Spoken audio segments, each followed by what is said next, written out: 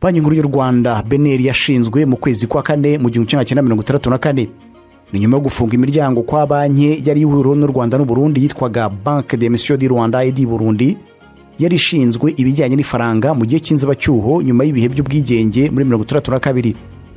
Buri gihugu cyashinze banki nkuru yacyo hagamijwe gushyiraho politike z'ifaranga kuri buri gihugu nyuma y'uko hatangajwe ubwigenge. Banki Nkuru y'u Rwanda yashinzwe ifite intego yo gucunga ifaranga ry'u Rwanda ngo ridahungabana no gufasha igihugu kuzamura ubukungu bwacyo muri icyo gihe.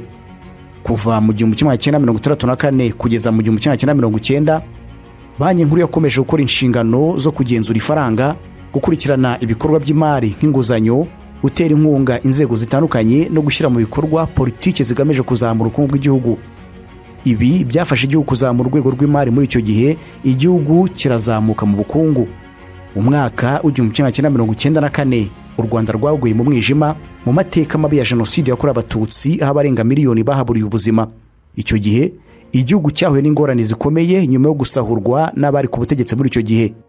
U Rwanda rwikubise hasi bikomeye mu bukungu. Mu myaka yakurikiyeho Banki Nkuru y'Igihugu yakoze amavugurura menshi, harimo gushyiraho uburyo bwo kugena politike y'ifaranga. U Rwanda rwatangiye kubaka ubudahangarwa mu bukungu. Muri izo mpinduka nibwo Banki Nkuru y'Igihugu yashyizeho uburyo kugenzura urwego rw'imari kuva ku nyungu ku nguzanyo kugeza ku nguzanyo ubwazo mu rwego kubihuza n'uko isoko rihagaze.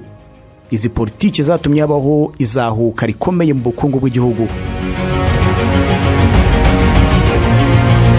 Mu 2012 Banki Nkuru y'Igihugu yarushijeho gushyiraho politike y'ifaranga ijyanye n'igihe, no mu 2019 yimukira kuri politike y'ifaranga ishingiye ku biciro. Ibi byemezo bya Banki Nkuru y'Igihugu byafashije kubaka ubukungu bugendera ku makuru n'imibare bifatika n'icyizere cy'ubukungu bw'ejo hazaza. Intego nuko izamuka ry'ibiciro ritagomba kurenga imbago hagati ya 2 n'8%, byaba byiza bikaguma hafi ya 5%.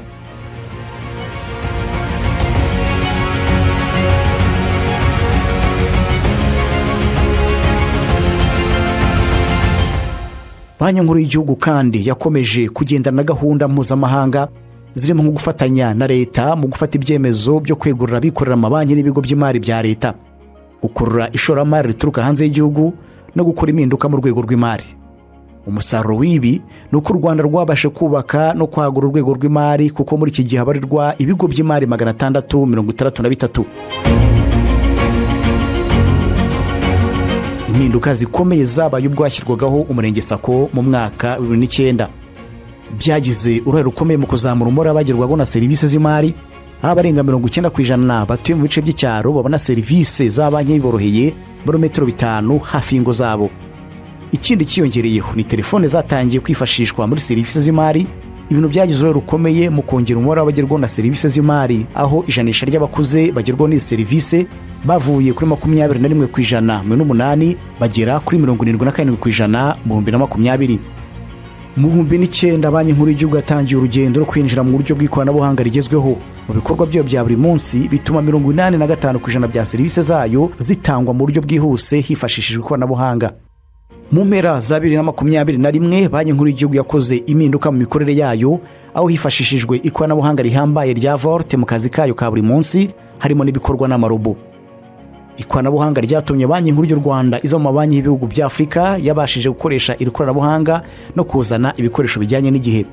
Kugeza uyu munsi Banki Nkuru y'Igihugu ikomeje urugendo guhanga ibishya, gukaza umutekano muri iyi si ya none y'ikoranabuhanga, ndetse no kureba kure mu nshingano zayo zo kugenzura ihindagurika ry'ibiciro no kudahungabana kw'imari.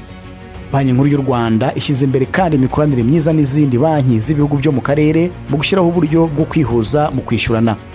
Banki Nkuru y'Igihugu kandi ishyigikiye gahunda zo kurwanya ingaruka ziterwa n'imihindagurikire y'ibihe, ishyigikira uburyo bwo kwishyurana bwa cashless hadakoreshejwe inote n'ibiceri.